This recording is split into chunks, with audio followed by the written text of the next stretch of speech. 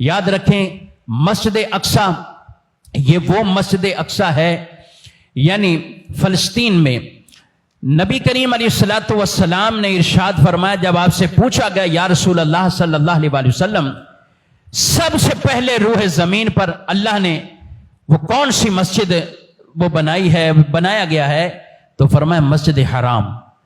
تو پوچھا حضور اس کے بعد؟ فرمایا مسجد اقصی کو تعمیر کیا گیا اس کے بعد، یہ جگہ مقرر ہوئی مسجد۔ حضور فرق کتنے سالوں کا ہے؟ فرمایا 40 سال کا، 40 سال کا۔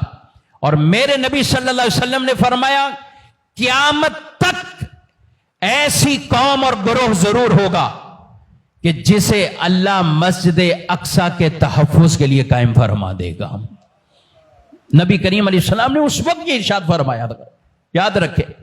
حضور علیہ السلام کے وصال ظاہری کے بعد پھر 17 ہجری کے اندر جو مسجد اقصی کو اور اس علاقے کو جو سب سے پہلی عظیم الشان فتح وہ حضرت عمر رضی اللہ تعالیٰ عنہ کے دور مبارکہ میں ہوئی، حضرت عمر رضی اللہ۔ پھر یہ سلسلے، اور یہ بھی نہیں، یہ پہلے سے سلسلے چلتے ہوئے۔ مسجد اقصی ہمارے مسلمانوں کا بھی قبلہ اول ہے۔ رسول اللہ صلی اللہ تعالیٰ علیہ وسلم نے مدینہ منورہ میں آ کر جو آپ نے نمازیں ادا فرمائی ابتدائی مہینوں میں، وہ مسجد اقصی کی طرف رخ کر کے نماز کر۔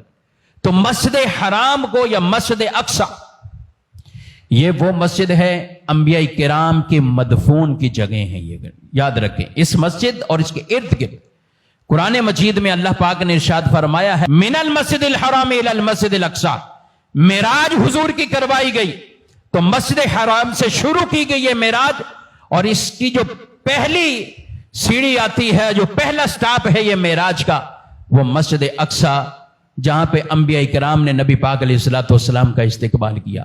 اللہ فرماتا ہے الذی بارکنا حولہ، اس کے ارد گرد ہم نے برکت کو رکھا ہے، اس کے ارد گرد ہم نے، انبیاء کا یہ مرکز رہی ہے مسجد اقصی۔